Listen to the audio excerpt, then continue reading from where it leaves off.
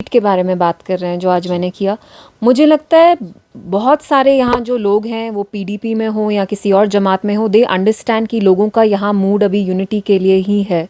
उनको पीएचडी में एक उम्मीद की किरण दिखती है। और जहाँ तक रूहुल्लाह साहब का ताल्लुक है, उनने जो स्पीच दी आई थिंक वो बहुत मैच्योरिटी से दी। He was very sensitive about the needs, about the aspirations, यहाँ लोग क्या चाहते हैं। तो मुझे जेन्युइनली लगा कि देर आर सेन वॉइसेस जो समझती हैं कि यहाँ के अभी जो प्रेजेंट यहाँ जो हालात हैं, उन हालात में यूनिटी दिखाना, एक साथ रहना बहुत ज़रूरी है। क्योंकि जब आप एक साथ होते हैं तभी आपकी बातों में कोई वज़न होता है। जब आप अलग अलग अलग बात करते हैं तो वो ऑटोमेटिकली उसकी जो मीनिंग होती है वो डाइल्यूट हो जाती है। लेकिन अगर सब इकट्ठे एकजुट होके खड़े रहें तो I think that is a stronger force. तो मुझे जेन्युइनली रूहुल्लाह साहब की स्पीच बहुत अच्छी लगी। एंड मुझे लगा कि इतनी कम उम्र में उनने इतनी मैच्योरिटी दिखाई है, इतने विजडम से बात किया है, तो that is definitely something that's praiseworthy. मुल्क के गृह मंत्री कहते हैं कि टोटो ग्राउंड को हम डिज्नी लैंड बनाएंगे, गुलमर्ग को काफ़ी ज़्यादा डेवलप करेंगे ताकि एक टूरिस्ट अट्रैक्शन बनेगी।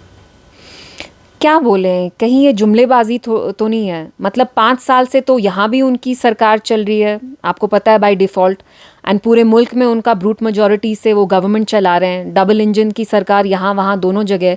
तो इतने सालों इनको क्यों नहीं ख्याल आया एफ्सपा का? क्योंकि नॉर्मलसी का तो ढोल 5 सालों से चल रहा है ना, तो इतना क्यों इनको टाइम लगा ये बताने में? तो कहीं ये कश्मीरियों को रुझाने की कोशिश तो नहीं कर रहे हैं बिल्कुल इलेक्शन से पहले? बट आई थिंक यहाँ के लोग जानते हैं कि इन चीज़ों के बारे में सीरियस नहीं है। क्योंकि अगर ये वाकई में सीरियस होते तो जो यहाँ के जर्नलिस्ट हैं, इतने थाउजेंड्स ऑफ बॉयज़ जो जेल्स में सड़ रहे हैं, उनको रिलीज़ करते, पहले क्यों नहीं रिलीज़ कर रहे हैं? तो ये सिर्फ शायद एक जुमलेबाजी ही है। लेकिन अगर वो ऐसा मानते हैं, करना चाहते हैं, then we welcome this move. और जैसा कि आपने टट्टू ग्राउंड की बात की, मुफ्ती साहब के टर्म में, in his last term as chief minister, उसको खाली करवाया गया। एंड ये उनका आइडिया था कि वहाँ पे एक रिक्रिएशनल पार्क बनाया जाए। तो ये चीज़ें अच्छी हैं। अगर ये वाकई में करेंगे तो जम्मू कश्मीर की जो आवाम है उनको इन चीज़ों से बहुत रिलीफ आएगा।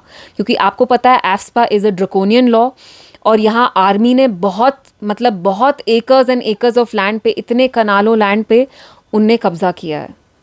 होम मिनिस्टर अमित शाह का एक स्टेटमेंट आया जिस इंटरव्यू में एक उसने बोला कि जी, यहाँ पे एनसी और पीडीपी के दौर में बहुत सारे फेक एनकाउंटर्स हुए, लेकिन जब से यहाँ पे बीजेपी है तो कोई भी फेक एनकाउंटर नहीं हुआ। अगर तो राजौरी पुंछ में क्या हुआ?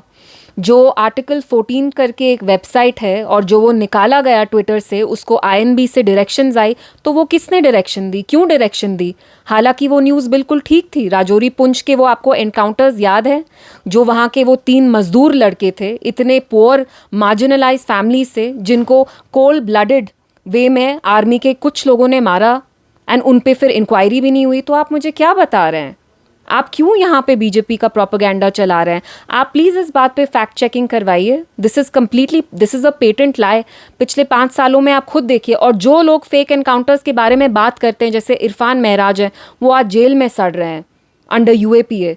तो एक तो आप गलत काम करते हैं और जो उसके बारे में बात करता है उसको आप जेल में डालते हैं और फिर आप झूठ बोलते हैं। सरासर गलत चीज़ है।